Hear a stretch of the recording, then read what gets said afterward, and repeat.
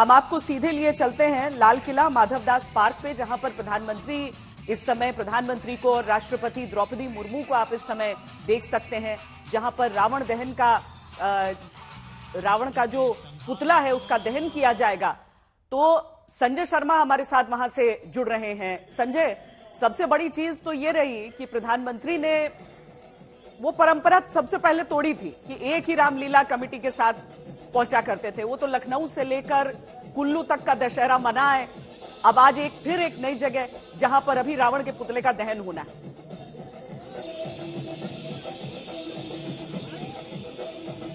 जी हाँ, बिल्कुल। और मैं चर्चा सुन रहा था, उसके मुताबिक मुझे ये लगता है कि रामलीला में सारे दर्शकों को सदियों से पता है, छोटे से लेकर बड़े तक, अब इसके बाद ये होगा, इसके बाद ये होगा, इसके बाद ये होगा। लेकिन इसके बावजूद इतने सदियों से रामलीला उतनी ही रोचक है, जितनी बार देखिए उतनी रोचक है। और लोग ये मानते हैं कि जो राम लक्ष्मण और जो भी चरित्र निभाते हैं, इसलिए उनको स्वरूप कहा जाता है। ये कहा जाता है कि रामचंद्र के अब दैवत के स्वरूप हैं, ये उनके रूप हैं। जैसे शालिग्राम को विष्णु का स्वरूप मानते हैं, नर्मदेश्वर को शिव का स्वरूप मानते हैं, वैसे ही और अभी भी रामलीला पे जैसे ही आरती होती है, हजारों लोग राम लक्ष्मण के पांव छूने आते हैं। और जब तक वो स्वरूप है, जब तक उनके ऊपर से तिलक है, तब तक वो स्वरूप है। और जैसे ही तिलक पोंछा जाता है, तिलक हटाया जाता है, उसके बाद ना तो स्वरूप किसी को पांव छूने देते हैं, ना वो किसी तरह से किसी को कोई इंटरटेन नहीं करते। यानी जब तक वो स्वरूप में है, तब तक वो राम जी के स्वरूप हैं। लक्ष्मण है, हनुमान है, सीता है, अंगद है, विभीषण है।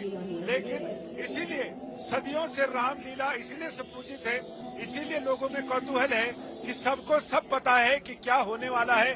लेकिन इसके बावजूद लोग इसमें दिलचस्पी रखते हैं, उत्साह से देखते हैं। अब रावण मरेगा, अब राम जी का वनवास होगा, अब दशरथ मरण होगा, सबको सब पता है। यही जीवन है। जिसने जन्म लिया है उसे पता है कि मरने वाला है, मृत्यु आने वाले है। लेकिन जन्म और मृत्यु से बीच की जो ये जीवन है, यही रामलीला है, जिसमें सबको पता है। हालांकि जीवन में और रामलीला में अंतर यही है, क्या होगा ये पता नहीं, लेकिन आखिर क्या होगा, अंत क्या होगा, ये सबको पता है। तो यही वो जीवन है, यही वो रामलीला है, जिसके बारे में लोग कौतूहल के साथ सदियों से, पीढ़ियों से और आगे आने वाली पीढ़ियों तक ये ऐसे ही सिलसिला चलता रहेगा। ये हम आपको अलग अलग जगह की भी तस्वीरें दिखाते हैं, क्योंकि सबसे पहले सूर्यास्त के साथ अगर हम उस क्रम से देखें तो पूर्वी भारत के पूर्वी हिस्से में सबसे पहले आपको वो तस्वीरें आने लगती हैं, जो पटना की तस्वीर हमेशा से ही सबसे पहले आ जाया करती है पंडित जी। हालांकि ये भी कहते हैं ना, कोई वो नहीं होता इसका कोई।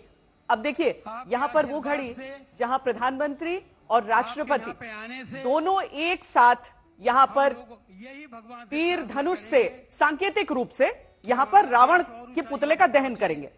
रावण, मेघनाद, कुंभकर्ण, ये पुतले सियापति रामचंद्र भगवान की जय। तो प्रधानमंत्री हर वर्ष ऐसा होता है कि एक न एक जगह ऐसी, एक न एक जगह ऐसी जहां पर रामलीला का मंचन चल रहा हो, जिसका अंत होता है रावण के पुतले के दहन के साथ। और वो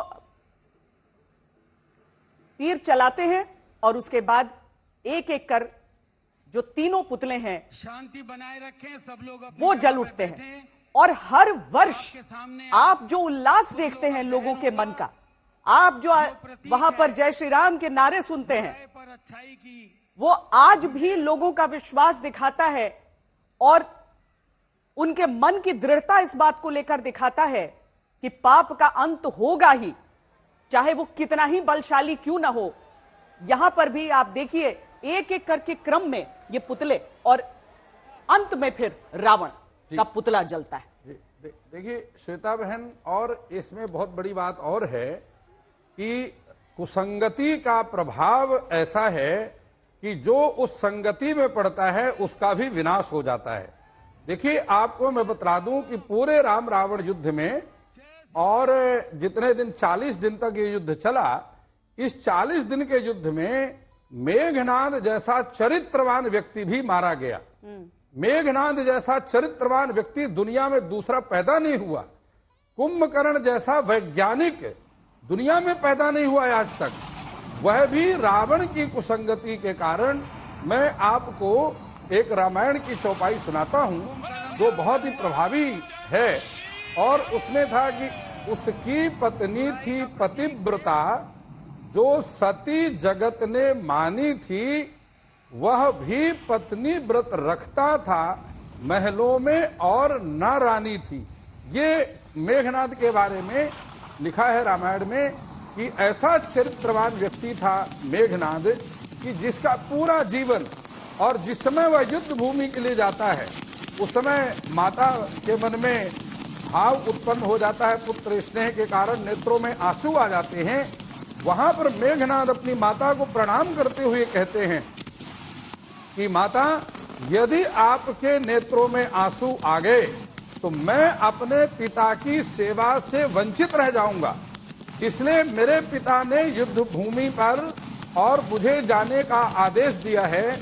यदि आपके नेत्रों में आंसू होंगे तो मैं उस भूमि पर जा करके और वीरता का प्रदर्शन कैसे करूंगा। इसलिए मैं पिता की आज्ञा को मानते हुए, पिता के भाव को और पिता की मदद को करते हुए, जिसके लिए पुत्र का जन्म होता है, मैं युद्ध भूमि में मारा जाऊं उसकी परवाह नहीं है, लेकिन कहीं उस समय आपके नेत्रों के आंसू मुझे याद न आ जाएं। इसलिए अपनी माता को प्रणाम करके वो कहता है कि आप मुझे विजयी होने का आशीर्वाद दीजिए। तो ऐसा चरित्रवान जिस मेघनाद के कारण स्वयं वशिष्ठ जी कहते हैं कि राम जिस समय अयोध्या में आने के उपरांत, राज तिलक के उपरांत, वशिष्ठ जी कहते हैं कि आपने रावण को मार दिया, इस पर हमें कोई संशय नहीं है। मेघनाद को आपने मार दिया, उस पर भी हमें कोई संशय नहीं है, लेकिन आपने कुंभकर्ण को मार दिया, उस पर कोई संशय नहीं है, लेकिन मेघनाद को आपने कैसे मार दिया। मेघनाद को मारना, क्योंकि इतने वरदानों का धनी था वह कि जो 14 वर्ष तक भोजन नहीं करेगा। लेकिन जैसा कि आपने कहा, जो बुराई की संगति में भी है उसका भी अंत ऐसे ही होता है। मेघनाद, कुंभकर्ण, रावण एक एक कर आज उनके पुतले ही सही, लेकिन धू धू कर अभी आपको अग्नि के लपटों में वहां पर दिख रहे हैं प्रधानमंत्री नरेंद्र मोदी, राष्ट्रपति द्रौपदी मुर्मू, जिन्होंने तीर चलाकर और पुतला दहन की शुरुआत की थी।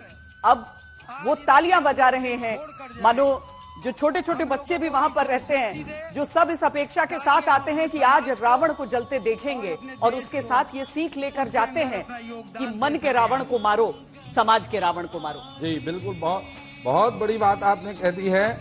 और देखिए, रामलीला वह लीला है जो सनातन को मजबूत करती है, बल देती है और संस्कार देती है, क्योंकि रामलीला के माध्यम से अपने इतिहास का ज्ञान होता है और उससे संस्कार आते हैं कि हम राम के जैसा आचरण करें। कि प्रातः काल उठ के रघुनाथा, मातु पिता गुरु नावहि माथा, आयसु मांगी करहि सब काजा।